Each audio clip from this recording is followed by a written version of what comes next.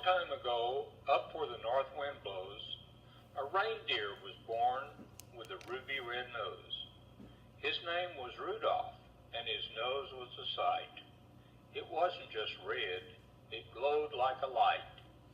Donner, his father, thought Santa might say, "No red-nosed reindeer is pulling my sleigh." So whenever Santa came around, Rudolph covered his nose and made it look brown.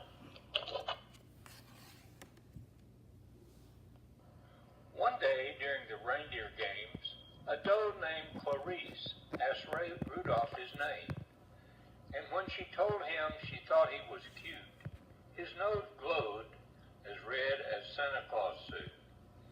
The reindeer all teased him, they laughed and made fun. Rudolph got so embarrassed, he started to run. He ran to the woods, and he didn't stop till he heard something nearby go clippity-plop.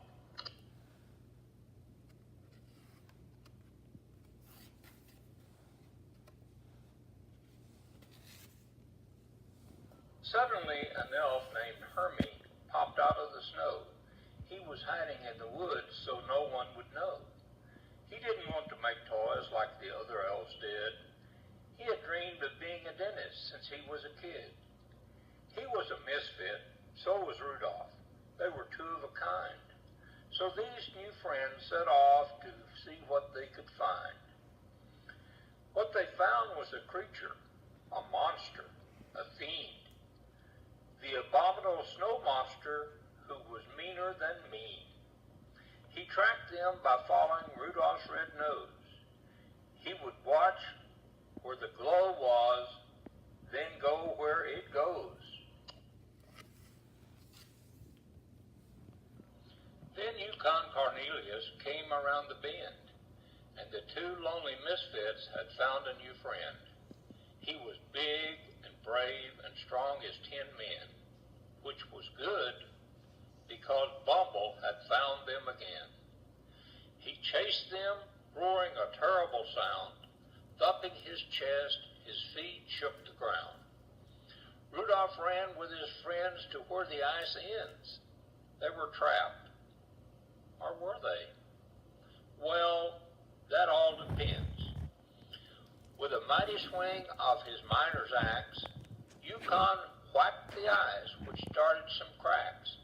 And just as Bumble got to the bay, the ice broke free, and they floated safely away.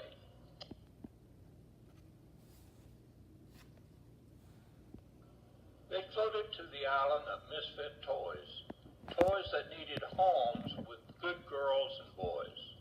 There was an elephant with spots, and a plane that can't fly, a fish bird that swims, a doll with tears in her eyes, a flying king lion, and a Charlie in the box, and a caboose with wheels that were shaped just like blocks.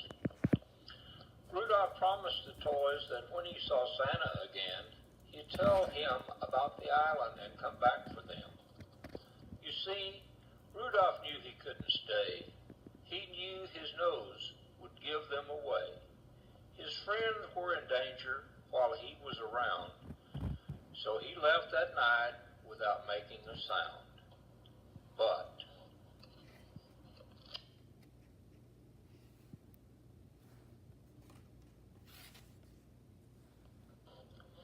back in Christmas Town, the news was grim. Rudolph's parents and Clarice were out looking for him. They were gone. They were missing. They had to be saved.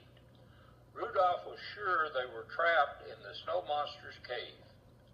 And Rudolph was right. That's where they were found. Bumble had Clarice in his clutches.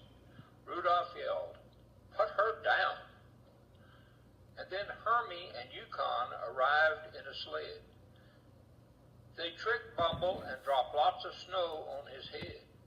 Hermie had to act fast, and before a moment had passed, he pulled all Bumble's teeth. He was a dentist at last. They floated to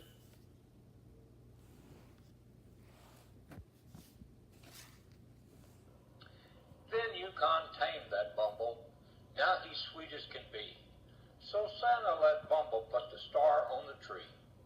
But they still had a problem that Christmas Eve. The fog was too thick for Santa to leave. Christmas will have to be canceled, Santa said with a sigh. Then Rudolph's nose started glowing, and Santa knew they could fly. He hopped in his sled, put his cap on his head, called each reindeer by name, looked at Rudolph and said, Rudolph, with your nose so bright, won't you guide my sleigh tonight?